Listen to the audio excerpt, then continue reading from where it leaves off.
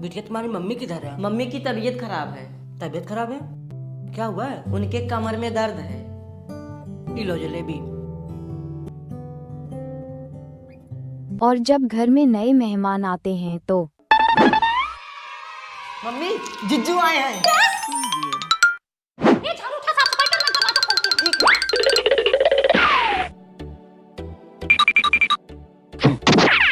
नमस्ते मम्मी। खुश रहो, चलो ऊपर चलो, आओ। कोमल, नया वाला गद्दा निकालो।